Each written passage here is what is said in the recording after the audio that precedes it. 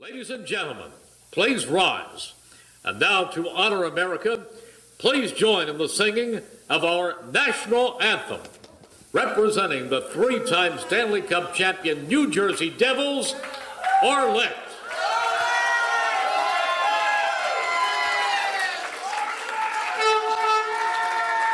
I feel like I'm at a game. Oh my gosh.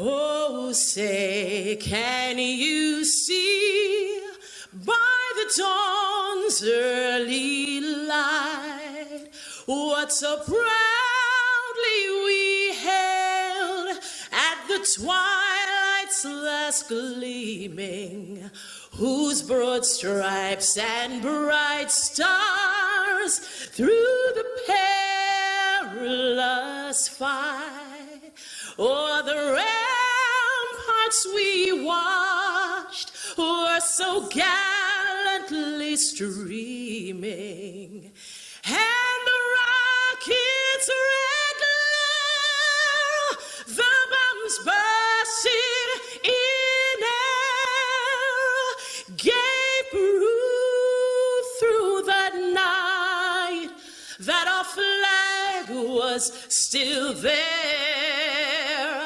Oh, say, does that star-spangled banner yet wave o'er the land of the free and the home of the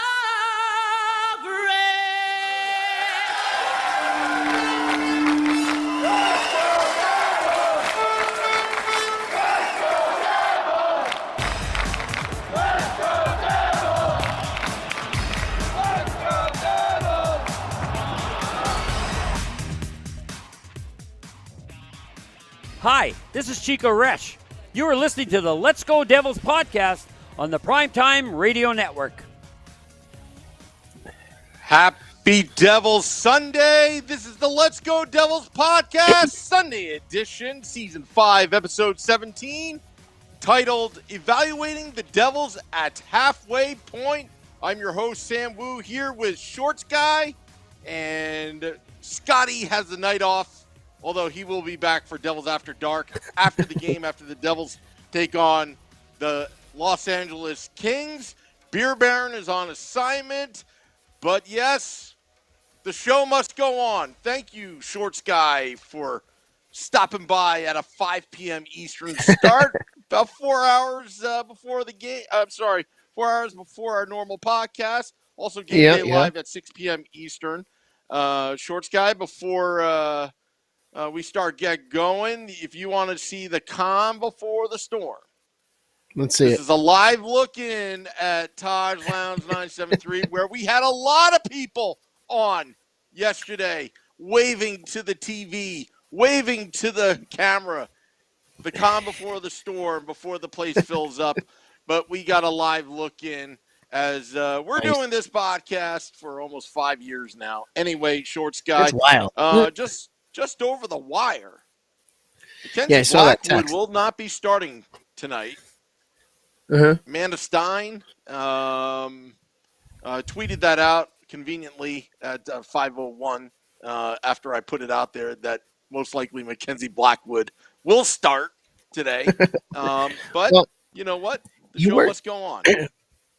You weren't wrong in that assumption last night. I was listening to the game on the radio, and they were talking about how, Gillies would play last night and Mackenzie tonight to avoid back-to-backs, because they were talking – Chico was talking about how potentially after those first 2 goals that there should possibly be a goaltending change in the beginning of the game, and that's how they got into the conversation about Mackenzie playing 2 in a row, but it turns out it's going to be Gillies playing 2 in a row. Back-to-back on back-to-back nights, which, these guys are professionals. They should be able to do that. But what I'm concerned with is that second part of the tweet, or not the second part that he was backing up, but the part of the tweet saying that he was not healthy enough to go, which I'm curious if this is something long-term that he's been dealing with, because I can't think of anything else. Anything else that's been recent.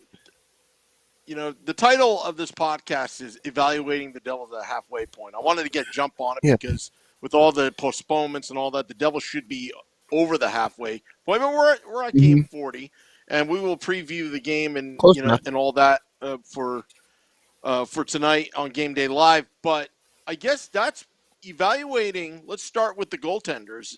Mackenzie Blackwood did not start the season. Remember, it was Jonathan Bernier coming off of a heel injury. Obviously, the other stuff with the vaccination and all that, I mean, that was in the news, but not really news at this point. But I think he's been a fighter throughout. His numbers aren't very good, but he has heroically tried to play through pain. And I'm not sure if that surgery really did help. He may need more surgery in the offseason because it's obviously affected his play. I know a lot of us were complaining about him, but clearly I think it has been. Yeah, I mean, we had this conversation when I was on, 2-3 weeks ago, maybe last week, I can't remember, about how it just looks like that there's something that's not right with him. And maybe that something is this nagging injury that just didn't go right. I feel like he's underperformed for a lot of the season, but if that's based on if he's underperforming because he's still hurt, then that's a completely different thing. I think that the Devils 2 seasons in a row have botched bringing in a good solid backup to help mentor Mackenzie and to be there just in case something happens. They've botched that twice. They signed Crawford, who retired within days, and then they signed Bernier, who apparently had this injury problem that they still signed him anyway, and he's out injured for the rest of the season. So goaltending, underwhelming. Goaltending this year is underwhelming. No, that was it. I posted on Hockey Buzz, my blog on hockeybuzz.com. You can also find my blogs on pucksandpitchforks.com as well. But on Hockey Buzz today, I posed a question. Tonight, Los Angeles Kings, Jonathan Quick comes into town. Could he be potentially in the future in the cards for the New Jersey Devils? He's posted a 2.56 goals against average. I believe he's around 11-10 at the 500 mark, about 35, 36 years old. Again, Corbin saying, and we are still paying Schneider. But, at some point, it may be too late to just get a mentor because I think Mackenzie Blackwood has really just carried the load himself. What's the point at this point? Yeah, but you still want him to grow because in reality, we have one of the best mentors that you could ever have in the league, in Brodeur, in the front office. But I don't know how much he's going on the ice with Mackenzie or talking to him. And we've had this conversation before. If I would hope he's talking to Mackenzie, but maybe he's more hands-off just on the operation side. As far as bringing in Jonathan Quick. He's designing jerseys. Marty Brodeur. Oh, yeah, I forgot. Yes, that's right. Designing jerseys. As far as bringing in Jonathan Quick, if he was going to be able to handle a decent amount of games, I wouldn't be opposed to it. $5.6 million. That's the cap hit. That's a lot for a backup, though. That's a lot for a backup. Next year. Yeah, especially when you gave 4.25 for Bernier, but who knows what Bernier's condition is. I'm assuming he's coming back next season, but we don't really know. Shorts guy, whatever you said, Sam, I did freeze. So whatever you said, I heard you saying 4 for Bernier. What was your question? No, it's like if you look at the salaries, you've already given 4.25 average to Bernier 2 years, this year and next year. Plus, you look at the fact that, again, I have to double check what Corbin's saying, that we're still paying Corey Schneider, but also you got to look at the standpoint, okay, you add in $5.68 million a year, something like that, of Jonathan Quick. That's in itself some some dead space in terms of salary cap, plus you're adding in another 5.6. And what if Bernier comes back? Now you got 3 goaltenders. Who's going to get playing time? Yeah. Well, but then you have someone to trade at that point as well. I mean, I'm bringing up the Devils cap info right now. I think we need to. They need to get this goaltending situation correct. I think a couple basic questions need to be: one, do you plan on actually starting the season with us? Should be question number one. Two, are you injured and are you not, or are you hiding an injury you're trying to not tell us about? And whoever comes in needs to be vetted as far as health wise, because we've been so bad at picking up goalies. Yeah. I don't know what it is. Yeah, Bernier. Let's see. Let me take a look at this. Let's see. Comrie, how many more years? Dell, 1, 2, 3. Wedgwood. Yeah, we've run the gamut on goaltending. Yeah, so it's still 2 seasons paying Corey Schneider for that buyout. So that's great. And looking at Jonathan Bernier, who's really only 33, so he's got some good time left. But yeah, he's got this season and next at 4.1 mil. I don't know. For some reason, our organization, with our history with goaltending, should not be having such goaltending issues. And I would like to know if it's more. I don't know if it's bad luck on Tom Fitzgerald's part or somebody didn't do their homework. I mean, 2 in a row. I want to say a mix of both. I don't think anyone could have imagined Corey Crawford saying, "Yeah, no, I can't do this. Sorry," because Corey Crawford seems so psyched to come here. I want to say the Bernier thing. Someone may not have done their homework on him with his injury history, or really had him evaluated health wise properly. Yeah. Just because it's not. I don't know, but at the same time, like, we don't have our defense has been shoddy. And any goaltender in that situation is not going to get, we're seemingly not giving the goaltenders much help, and we're getting bad goals going in off of deflections, off of shin pads, off of sticks. It just seems to be bad luck, and that seemed to be last night. That I was listening on the radio. It seemed like every goal was going off of someone, or like very few clean goals going in. By the time I actually got the radio feed on in my truck, we were already down like 2-0, and I looked at it. I'm like, this can't be right. It says we're down 2-0 already, but sure enough, we were. Well, Nicholas in the YouTube live says defense has been scapegoat for how long now? The defense has progressively gotten better. We can't keep excusing goaltending by pinning it on the defense. We need a new starter. I think it's both, to be honest. There are times it's both inconsistent, the goaltending and the defense. When the defense is playing well, the goaltending's not. When the goaltending's playing well, the defense not. It just never seems like they're on the same page, and when they are, it seems to be a shutout. Yeah, and I've never been shy of saying that goals are bad, and it's not always the defense, and sometimes some of those goals of Mackenzie Blackwood, and I've said it over and over again, some of those goals that he lets in are just not good. He makes dumb mistakes. I think back to that goal against Washington where he cleared it out to nobody but the Washington forward that was streaking in, and it was like an instant goal. So So there have been mistakes, and we've been critical of the goaltending, but we've got to take a look at everything, as a whole. And the defense hasn't been there at times. The forwards and their scoring hasn't been there at times. And the goaltending's been missing at times, which is frustrating. So it's just been, like you said, no one's on the same page ever for a full game at the same time, which is just sucks. For lack of a better term. Yeah. All right. So as we're evaluating the goaltending, what do you give a grade this year so far this season at the halfway point? Since you're a teacher, A, B, C, D, F. I'm gonna say a C. Bordering C? on a C minus. Yeah.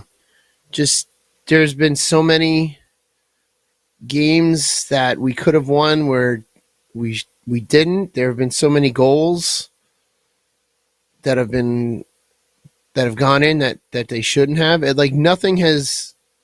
I don't know. I haven't had confidence in the goaltending, so that's why I say a C. What's your thought? I'm just reading too many comments here. C minus. C minus. I think John Gillies has been good enough at this point, considering all things considering. I guess letting Wedgwood go early is kind of costing the Devils somewhat. But I don't know. I watched him the game he played against the Islanders on Friday. He didn't look fantastic either. Now, granted, Arizona's awful, but I mean, it's tough for us to say that they're awful since we lost to them 4-1. Yeah, but at least he's a body that's actually is healthy. Because when you look at the Devils, what has transpired. I mean, you go to Nico Dawes and Schmid, which they really belong in the AHL developing. Yeah. Because you're running out of bodies to put out there. Plus, your number one goaltender, Mackenzie Blackwood, is hurt. And then your number two or 1A, 1B, they're both hurt. So, again, I'd say a C minus at this point. But because they did win some big games. Yeah, we're on the same page with that. So, all right, and Nicholas says Gillies needs puck handling lessons. Had a few heart attacks last night. All right, well, let's get to the defense right now. Okay. The defense, very inconsistent. Yep. When they get involved offensively, the team does better. I think some of the basics, clearing the puck, Shorts guy. At least they're clearing the puck better on the penalty kill. Their penalty kill has gotten a lot better since the first, quarter of the season. I think Ryan Graves, what he's shown is even if he has a bad game, the next game, he more than makes up for it. Last night was one example. He had a bad game against Arizona, that stupid giveaway. He knows that he's not supposed to do that. And got careless and lazy with the puck, which we see often with the defensemen. And that led to an Arizona goal, which started the whole, goal barrage for whatever reason. So Damon Severson, again, there are times where he's playing great, and there's times where it's like, Damon, what are you doing? He's not. Yeah. Yeah, he's not. Played before? He's not, he's not back checking sticks. He's not, out of position. Ty Smith, Mr. Giveaway. But he looks hurt as well. There are times where Ty Smith looks like he can't even make a pass. He has flashes of brilliance and then flashes of just like, what the F are you doing? It's all or nothing. It seems to be one or the other with him. Yeah. Jonas Siegenthaler, underrated. I think he's been steady. Yeah. I think he's been one of the most steady ones. Yeah, he's been one of the most steady ones all season. I would agree. And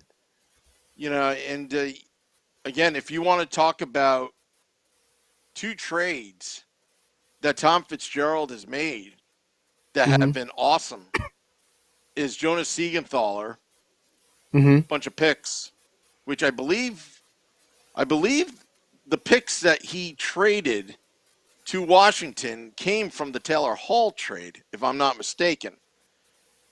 Via the third rounder. I think it was one of those late round picks that he had used, if I'm not mistaken. And the Ryan Graves trade, taking advantage of the fact that, look, they have Cale Makar. You can't keep all this talent long term. And I think that, honestly, Shorts guy, that those two trades has me have faith in Tom Fitzgerald with the Ryan Graves and Siegenthaler. Yeah. And I think picking up Dougie Hamilton was great, and I do think that our defensive core took a hit when he went out injured. I I think he was really a big leader on the blue line, and the defense somewhat lost their way when he went out and has been unavailable to play. PK is PK. We all know what he can do. We all know what he's been doing. We all know that he could be a movable piece, come trade deadline. But the only downside to that is we're going to have to retain a good chunk of that salary, which, which sucks that we'll have to be paying someone to go play for another team. But, the Devils also need to evaluate if they want to move away from him. And that may be the only way to move away from him. Unless someone is willing to just kind of take that, just take him in an absolute swap right away. Like, hey, here you go. Just take him, and want to take his entire salary, which I highly doubt. So what are your thoughts on Dougie Hamilton as advertised before the injury? I think so. I think he was as advertised, and I know that as soon as we picked him up, I got a phone call the next day from a ticket rep saying, "Hey, check it out. We got Dougie Hamilton, blah blah blah." And I'm like, whoa. I'm like, time out. We need to see how he does and the rest of his team does. But I just think that we have a great player, but this is hockey, so one great player is not gonna make an entire team great. Mm-hmm. So I think he's an awesome piece, and he seems to be willing to commit to the Devils, which is fantastic. It's just we have to get some more support for him as well. Yeah, and I think getting Dougie Hamilton kind of legitimizes the New Jersey Devils a little bit. He's going to shoulder the load with being an alternate captain. Stands at 6'6", big body, entering his prime. Knowing that Dougie Hamilton will be there for multiple years, that it will attract free agents if this team starts to improve in the wing column. So, I think he was worth every penny so far. And did they overpay? A little bit. I think so. But you look at his stats. I mean, I don't have it in front of me.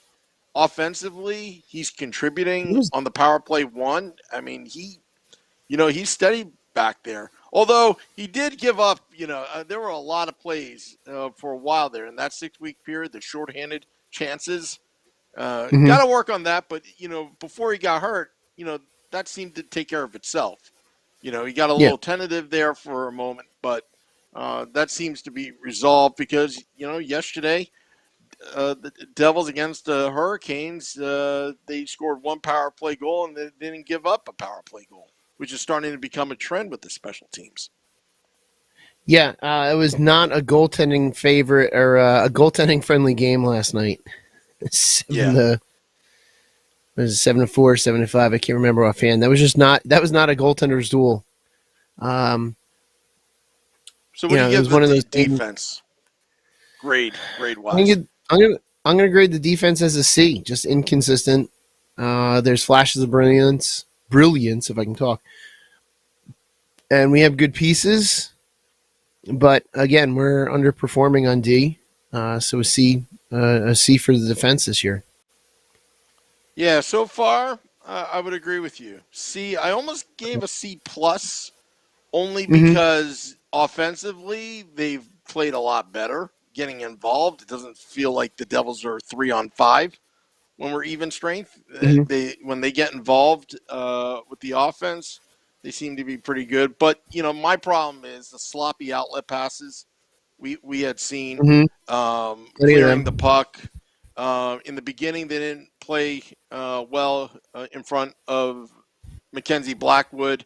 in terms of the no fun zone, but now I think they've really straightened things out, in the high danger area where, they're really, really pushing guys out. And again, they got to be consistent with it because against Arizona, Damon Severson, you let the guy tip the puck in. I mean, the guy, you got to put a body on him or check his stick or tie him up, do something, but just don't stare at him because he's going to do his thing in front of the goaltender, Yeah.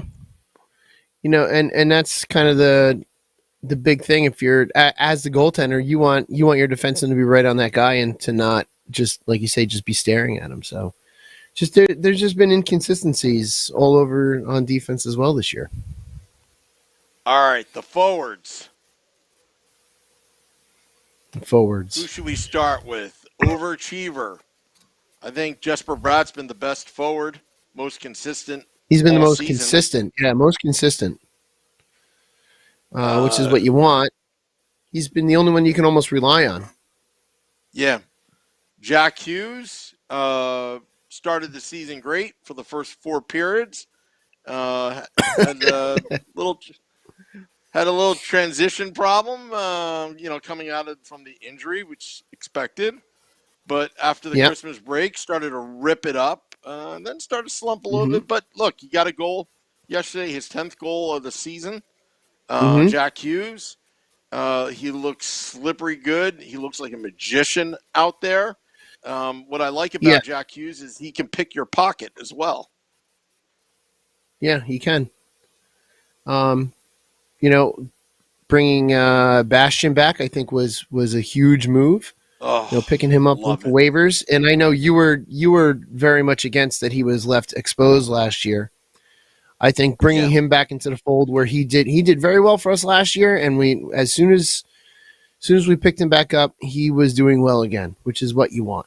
That's the response you want to see from a pickup like that. So I think he's been doing very well since he's come in. I know it's only a small little subset of work that we've seen, but we've seen him before and we know what he can do. So that's been a positive right there as well.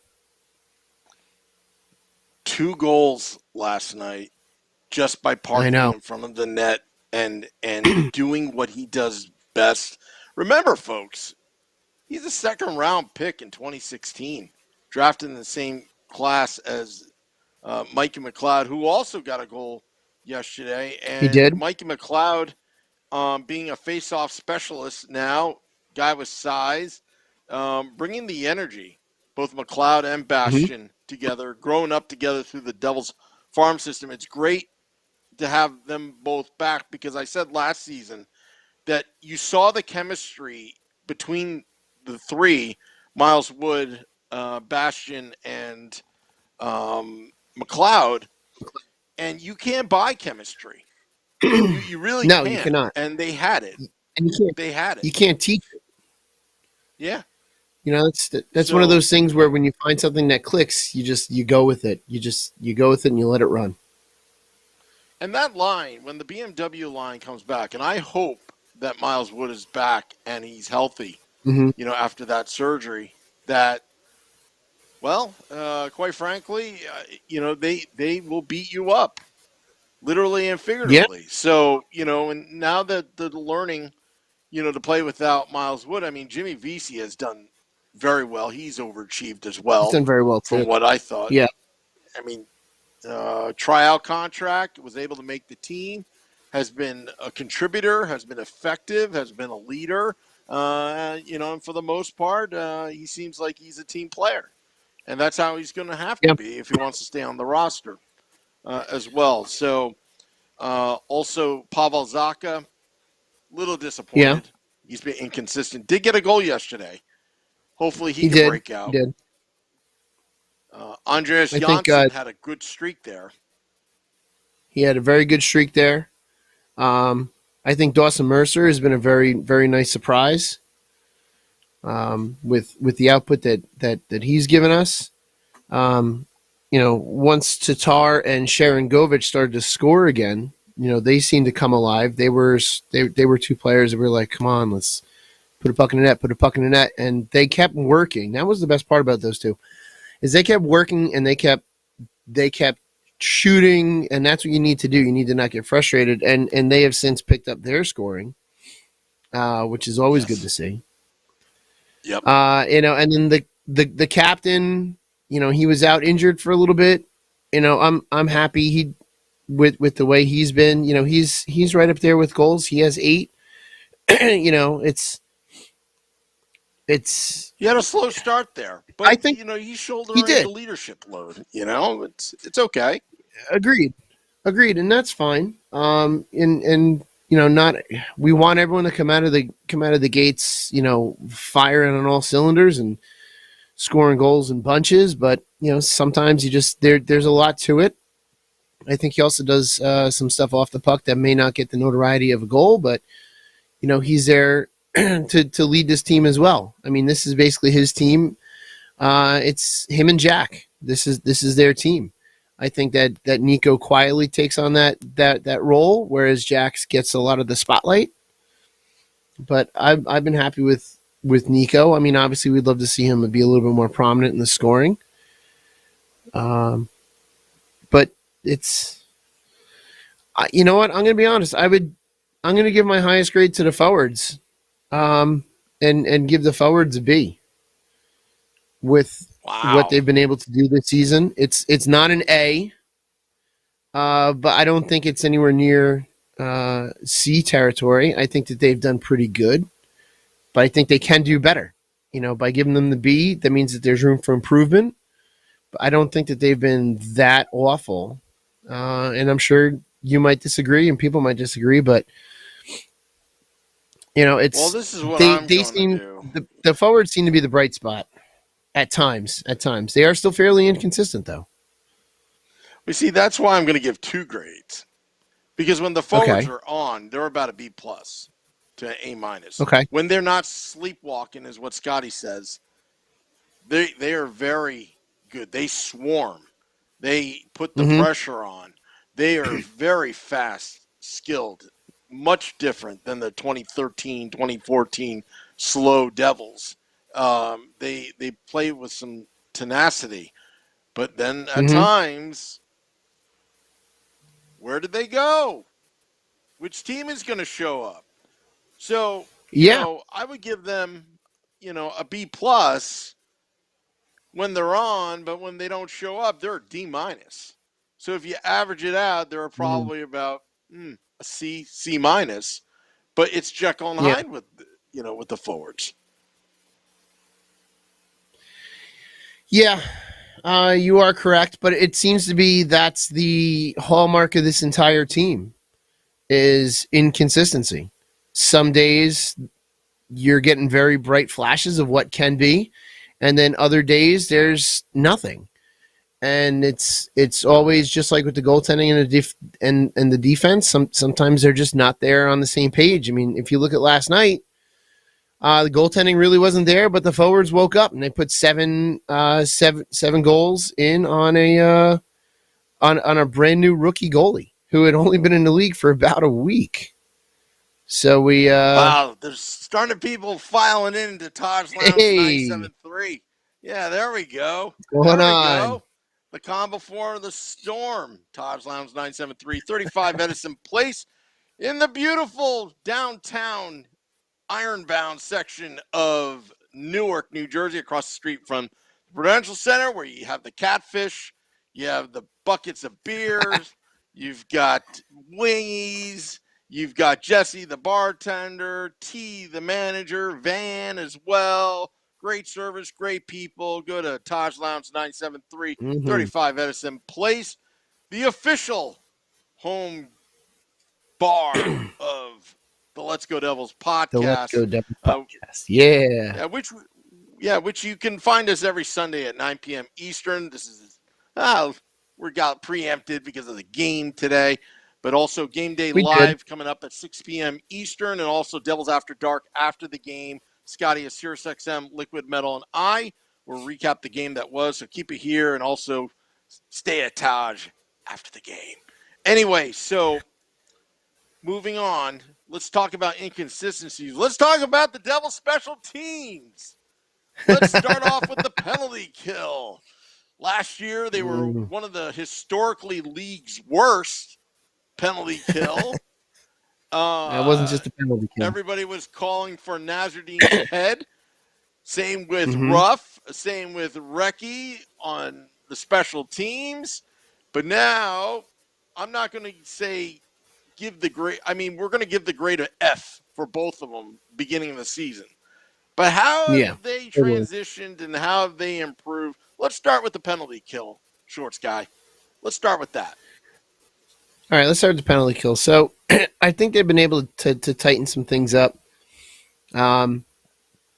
It's an improvement from last year, but it's not improved enough to the point where we need to be consistently winning.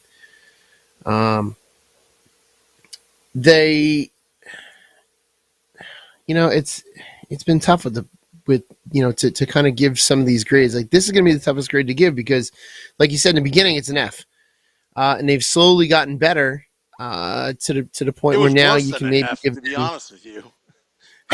Well, I mean, you got to remember, and F has the largest grade range of all of them, from 0 to 50. So yeah, there's a large range. I give them a negative F. Is that even a grade in New Jersey school systems? No, you cannot give a negative grade there, Sammy. Okay. I still think that there's still plenty of work to do with the penalty kill. I would give the penalty kill as of now, a B minus, but if you're going to factor in at the beginning of the season, you're going to have to give it a C. If you're going to factor in that F at the beginning and then a B now, I'd say it would be a C right now. Improving, showing improvement, but not anywhere near where it needs to be. I give them a solid B. I'll tell you a reason why. Okay. Let's hear why. And this is the reason why. They made subtle changes. Some of the basics. Mm-hmm. You've coached hockey, Shorts guy. Let's see. Staying in position, not four guys on one guy in the corner and leaving, the other four forwards or three or four players wide open in front of your goaltender. That kind of thing, which is what they were doing. We talked about the no fun zone. We talked about, playing post to post and in tight and blocking shots, also clearing the puck. I can't tell you how much they've improved on clearing the puck. When they bank it off the boards, they're getting by the blue liners that are standing right there. Instead of in the beginning of the season, when they were clearing the puck, they were literally handing the puck to them. We all know the infamous Dougie Hamilton clear, where it should have been blown dead, but you know what? When he cleared the puck, guess what? It went right to the player. Right to at the blue line. That's the most stuff like that is the most frustrating thing from the coach's standpoint, because it's like all you have to do is chip it high off the glass and out of the zone. But when it doesn't do that, you're basically setting up the other team for a perfect point shot play. And that's pretty much exactly what happened. By the way, Ray Leo is watching right now on the Facebook Live at Let's Go Devils Podcast on Facebook. Ray? And Ray Leo, the winner of the ticket giveaway last Wednesday on Devils After Dark. I hope you had a good time, Ray. I hope you had a good time. We don't often give away tickets, but JCB Architectural Beer Baron's contact gave away those tickets. But he goes, "Hey, guys, thanks for the tickets, Sam." Okay, good. Because we almost felt sorry for you after Wednesday's game that we were giving away tickets for Saturday against the first place Metropolitan Division leading Carolina Hurricanes. But then, hey, I had to pay someone to go. Not anymore, Ray. You got in at a good time. Buy low, sell high. That kind of thing. But good for you, Ray. We're happy, and we're gonna have more giveaways because I found a lot of stuff in my basement and in my garage. Yeah, you did find a lot of stuff. You've been sharing a lot of stuff. There's a lot of stuff that you found. Yeah, like I have, that 1982-83 photo book of the team coming to New Jersey, sponsored by Getty. Remember Getty Oil? I do. And I do. looking through it, I couldn't sponsored a believe lot it. of I stuff didn't into the see. 90s. Yeah, like I couldn't believe Bruce Shriver was not in it. Chico Resch was, Joel Quenville, Mike Kitchen, Don Lever, Hector Marini, Gary Howitt, my favorite. Yeah, exactly. You're always talking about him. Yeah, he's a great the mucker.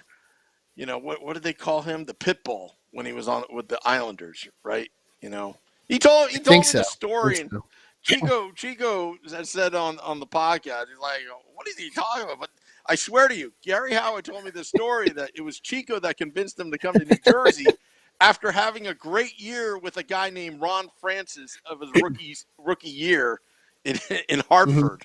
So he's like, he goes from like never ever scoring that many goals and assists because he was a mucker, he was an enforcer, and he's had a career year. And then Chico somehow twists his arm. And somehow he's an original Devil. And the first to wear number 88 in the NHL, not Eric Lindros, it was Gary Howitt. Anyway, that's a little tidbit. But anyway, so, all right. So what grade did you give their penalty kill? I gave him I gave it a C. Solid B. I gave it Okay. a C. All right. But I see your point there. Okay. The power play. The power play. If you talk about negative F, basically, it's expelled from school. Don't even bother going back to school. That's how bad you are. This power play was so bad that weren't they almost at negative net at one point early in the season because they gave away so many shorthanded goals? It was almost to the point where you wanted to decline penalties like they do in the NFL. Yeah. Like, nope, we decline this power play. We're better off not being on it.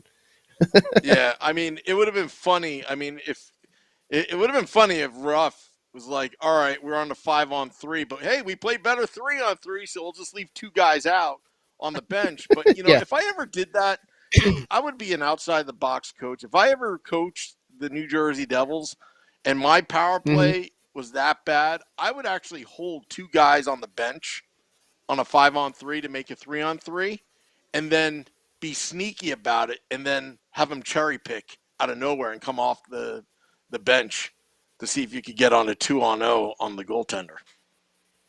I'm curious, Sam, if that would even be legal. I'm curious I don't know. if that would even be legal to do, because at least it wouldn't have a face-off because the ref would call for you to bring on your other two guys. That would be something that you would have to do a line change and then or just have two guys come to the bench right off the face-off. But I don't even know if that's legal, Sam, but I suppose, but that's outside the box. I think that's it's for sure. Great. Yeah, I mean, in lacrosse, you can actually do that. You can actually have a guy in the penalty box. All that. That's where I'm coming up with these like funny ideas. But in the spirit of the game, they'll probably make a rule change right away. Nope, you can't do that. So, but anyway, long story short, the penalty kill has been improving quite a bit. And also power play. Oh, power play. Yep. Sorry. Power play has been improving quite a bit. Really two things. They're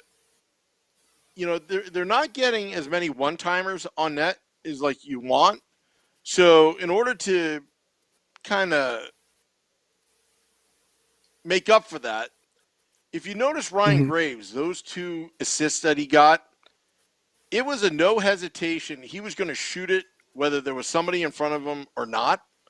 And both shots went through. One went, off the board and then back, where Bastian knocked it out in the air. But I think they've improved in that area. Instead of playing that perimeter game and just screwing around with the puck, they're getting inside, and they're getting inside with Bastian specifically, screening the goalie. What a concept. What a novel concept, right? Sports guy. Yeah. What a thought. Screen the goalie and make it difficult for the goalie to see the puck. What a thought. Yeah. So Pete Maggio says better cycling an entry and taking shots versus the extra passes and wasting time losing the puck simplicity. Let me ask you this, Shorts guy. on the power play as a goaltender. You are the goaltender guru that we go to on this podcast. I think at times in the beginning, the Devils were telegraphing their shots. They were waiting too long for the perfect shot. When you're squared up to the puck, you can see the puck all the way. Yes. I think that split second, the hesitation of taking that shot gives the goaltender more than enough time to set up and make the save versus just throwing it on net and waiting for the rebound to come. Nothing perfect, but those wobblers, whatever, because you trust that your forwards that are parking their butts up, like, in front of the net, like Nico Hischier or Jack Hughes or Bastian or whoever, that they will get to that rebound to put it home. Would you agree on that? Yeah. If you can see the shot all the way, yeah, you should make that save. By putting bodies in front of the net, you're gonna cut that vision off, and that's what you want, because you want the goalie to have to scramble to make a save to create that rebound, Sammy. Yeah. So if you're gonna do that, if you really don't have a shot that you think is gonna score, you throw it at the goaltender's feet to create that rebound. But you also do want to have some quick transitions to be making that goalie go side to side and then eventually sneaking someone in, because if you can keep that goalie moving, a power play, a penalty kill on the goaltending side of this is an exhausting time. That's an exhausting 2 minutes that you're on the ice, and if I know, I saw. And if you can get that goaltender moving and then get someone to sneak in on the inside, which you have already brought up, for a quick pass across, that's great. But again, you got to cycle in deep. Pete mentioned that, better cycling down deep, and you got to get someone to cut into the inside instead of just being on that perimeter. Because if it's on the perimeter, and I'm playing against you on the power play, if it's nothing but on the perimeter, I'm not too concerned, because those are some easier moves than than having to go complete post to post or long motions. If you're just going dot to dot up top, you're not really moving much. But the key is to get someone to sneak in. I see that. Sorry. No, it's okay. I didn't know when you're ending the monologue. I know. I don't give good clues that I'm ending it. Either way, as long as we're making the goaltender move, we're going to be more successful in that power play. And we just got to get someone to sneak in and be able to put a good shot on net. But we got to get that player in that position and the puck to that player. Yeah, and I said this last night, that if you ever notice that a Rod Brindamore coach team, if you watch them last night, they all played like Rod Brindamore. Brindamore was always 120%. His players were constantly moving, which made the Devils constantly moving. And I'm very proud of the boys that they were able to put 7 past a goaltender that was making his debut. But it's how they were doing it, which was equally as impressive. The odd man rushes, moving, in front of the crease, making him look around the screener like Bastian or McLeod, getting in his face and all that. So kudos to the Devils. I think right now we're about to switch over to Game Day Live, 6 p.m. Eastern. Vinny Parisi of pucksandpitchforks.com will join me very soon. So we want to tell the people at Todd's Lounge 973 to stick around. If you don't know where that is, the folks that are going to the game that are watching and driving at the same time, which we do not condone. 35 You can drive and listen, though. Yeah. Well, Todd McConnell showed me a picture last night. He's like, yeah, man, I got it on, in the car on the ride home. And then I'm looking, it's like, you can't be watching the podcast and driving. I think he Bluetoothed it into his car stereo like most people. Which is fine. Yeah, but we'll have an audio version, a live stream audio version very soon. I've just been too lazy to put that portion up. But I think we're going to have to, since we're starting to build a fan base as they're starting to file in at Todd's Lounge 973, 35 Edison Place, across the street from the Prudential Center. They've got bucket of beers. They've got wingies. They've got catfish. They've got lobster tails. They've got, if you try the mac and cheese and the collard greens there, yummy. I swear to you. I don't normally eat mac and cheese. I like mac and cheese, but I don't normally eat it. Something in the mac and cheese makes me really, really hungry. And you know what I love this live look in is I get to like look at what people are eating and drinking. That's the kind of funny part. Yeah, you get to wish you were there. You get to wish you were there eating the food.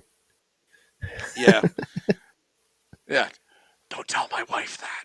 Anyway, so yep, and also make sure you tip the bartenders and also say hi to Jesse and T for us. But we'll be back at 6 p.m. Eastern, probably in less than 10 minutes. So we're going to switch over.